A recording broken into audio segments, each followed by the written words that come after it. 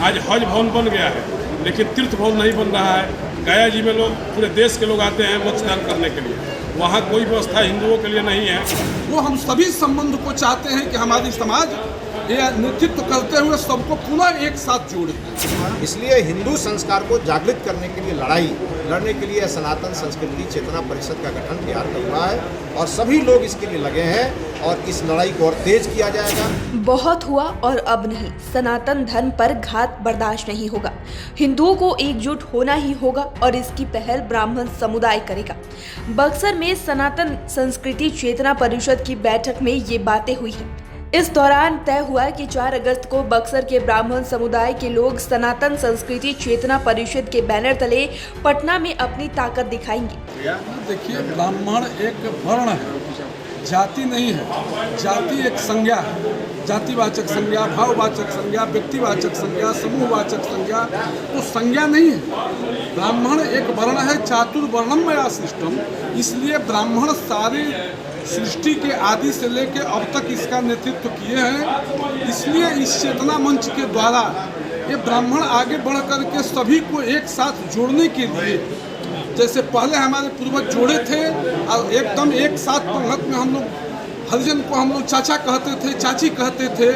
आज हम लोग वही हैं जो कि हमारे साथ जुड़ाव हो रहा है। वो हम सभी संबंध को चाहते हैं कि हमारी समाज ये नेतृत्व करते हुए सबको पुनः एक साथ जोड़े।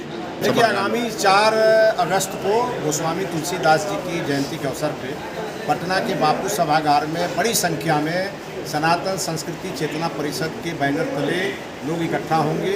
वहाँ जो हमारे 16 संस्कार थे, जिसके कारण हिंदू समाज का, चाहे वो दलित समाज हो चाहे ब्राह्मण समाज हो, एक दूसरे से वो जुड़ा रहता था, उसमें कहीं ना कहीं कमी आई है।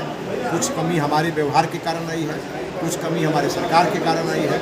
इन सभी चीज़ों पर आत्मचिंतन के लिए हम वहाँ जुटने वाले हैं। संस्कृत भाषा का आज धीरे धीरे विलुप्त होता जा रहा है, उसको हम कैसे आगे बढ़ाएं। संस्कृत भाषा जो ऐच्छिक विषय बन गया है वो कैसे अनिवार्य हो, कैसे हमारे बिहार में वेद विश्वविद्यालय या ज्योतिष विद्या की पढ़ाई शुरू हो और उसके साथ टेक्निकल एजुकेशन को भी जोड़ा जाए।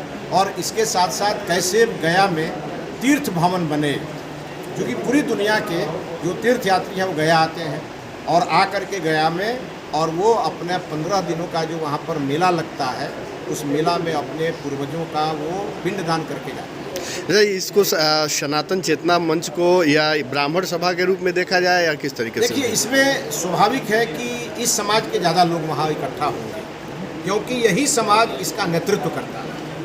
और ये भी सही है कि संस्कृत पढ़ना, वेद पाठ करना, मंदिरों में पूजा कराना और हमारे संस्कार को आगे बढ़ाना। तो हम तो कई बार कहते हैं कि ब्राह्मण जाति नहीं, संस्कार है, धर्म का आधार। धर्म वही है जहाँ विप्र समाज है। तो इसलिए विप्र समाज भी जागृत हो और ये अपने धर्म को समझे, संस्कार को समझे, उसके लिए आवश्यक शिक्षा ग्रहण करे और अपने भी संस्कारित हो और समाज के हर वर्ग को संस्कारित करे। और यह बात समाज को बताए कि हमने तो संस्कार के माध्यम से हमने कुम्हार को जोड़ा, नाई को जोड़ा, हमने लोहार को जोड़ा, बढ़ई को जोड़ा, हमने चमार को जोड़ा, हमने डोम को जोड़ा, हमने सबको जोड़ा और संस्कार के माध्यम से हम सबको मिला करके हिंदू संस्कृति की कल्पना करते हैं। तो आज कई जगह जहाँ धर्मांतरण हो रहे हैं, उस जगह पर अगर हमारे हिंदू संस्कार के, हिंदू संस्कृति के प्रति उनके मन में उदासीनता हो रही है, इसके कारण कोई आता है छद्म वेश धारण करके व्यक्ति बाहर से और हमारे हिंदू समाज के लोगों को धर्मांतरण करा के लेके चला जाता है। ये भी हमारे लिए बड़ी चिंता का विषय है। इसलिए हिंदू संस्कार को जागृत करने के लिए लड़ने के लिए सनातन संस्कृति चेतना परिषद का गठन बिहार का हुआ है और सभी लोग इसके लिए लगे हैं और इस लड़ाई को और तेज किया जाएगा कि हिंदू जो है सो इकट्ठा रहे, हिंदू एकत्र रहे। ब्राह्मणों ने कहा कि आज सनातन धर्म के साथ तुष्टीकरण की नीति अपनाई जा रही है, भला इसे कैसे स्वीकार किया जा सकता है। सनातन चेतना मंच की बैठक हुई, क्या कहेंगे इसको लेकर?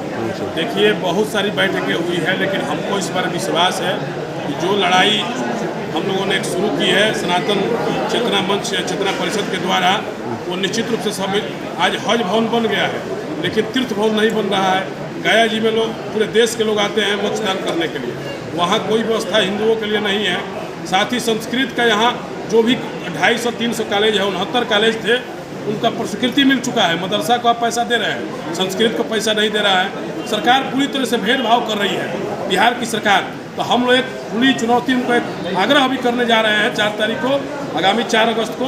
और आग्रह के बाद जैसे जिस तरह से भगवान ने, राम ने समुद्र का 3 दिन तक तपस्या करके कहा कि रास्ता दो, और उन्होंने रास्ता नहीं दिया, तब लक्ष्मण जी ने तीर उठाया था।